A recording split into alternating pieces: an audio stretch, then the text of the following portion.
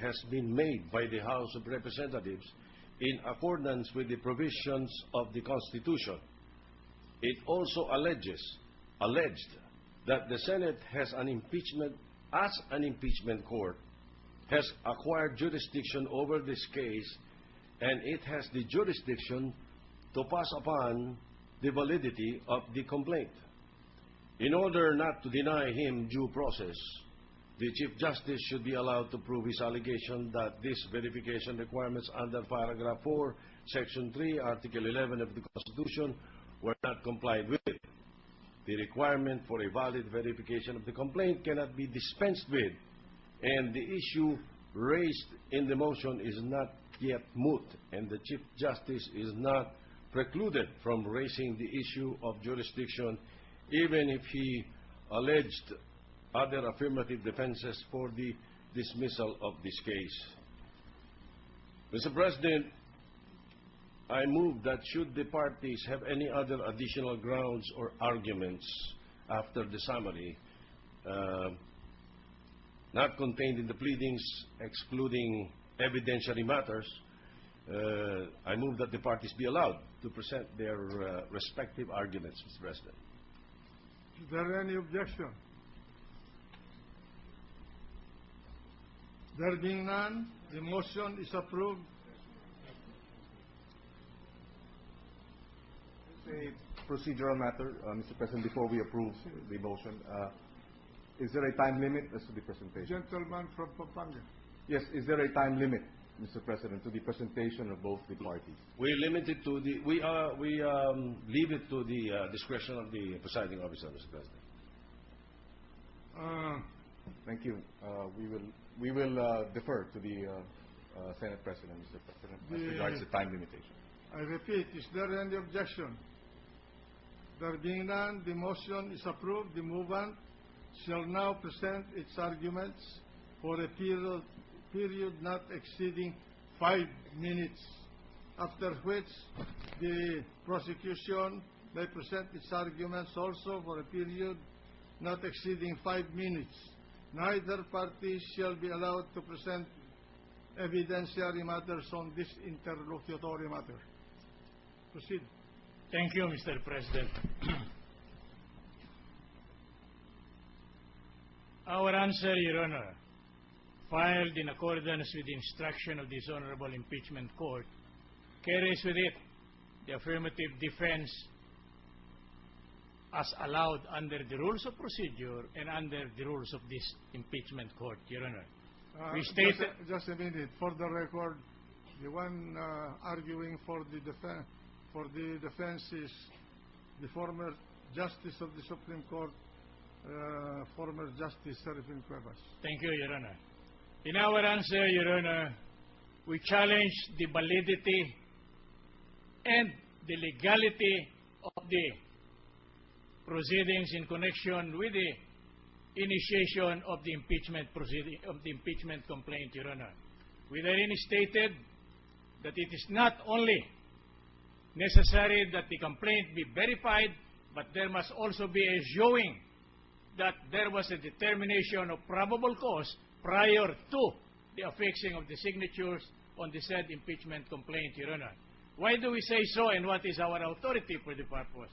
No less than the Honorable former Chief Justice Panganiban states that in any case similar to this, the respondent is entitled to the protection under the rules. And what does that carries with it? That requires or carries with it notice and hearing. Our query is, was there any notice sent to the Chief Justice in connection with the filing of this complaint? There is none. Is there any opportunity given to him in order to prove his point in connection with the alleged complaint? There is none also.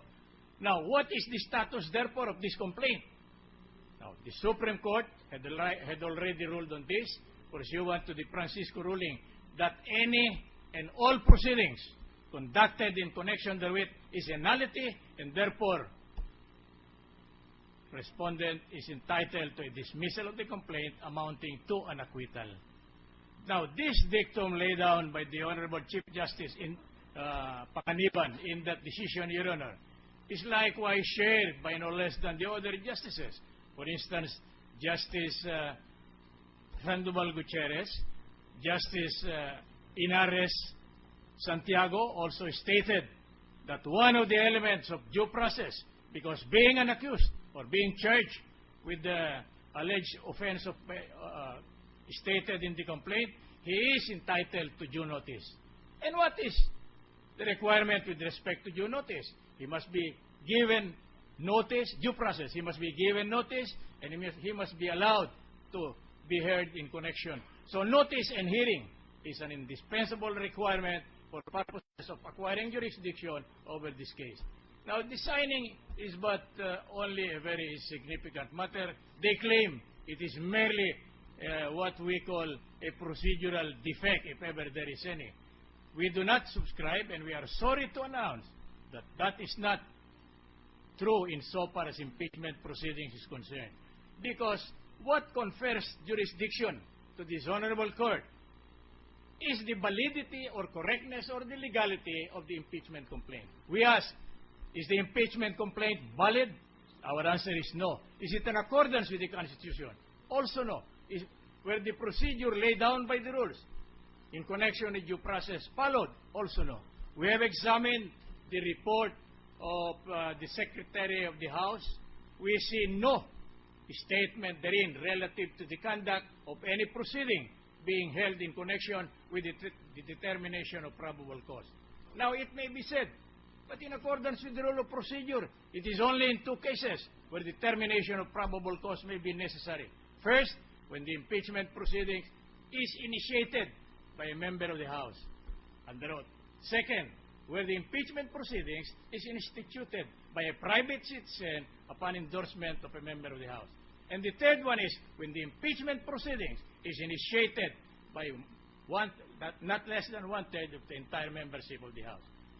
Now, if in the two cases due process requires that there must be a determination of probable cause, what is there to prevent? Or why is it not necessary in connection with an impeachment proceeding initiated by one-third of the House? Does it mean to say that simply because one-third affixed their signature, assuming they did, does it mean to say that that validates already an illegal or an impeachment complaint violative of the Constitution and our laws?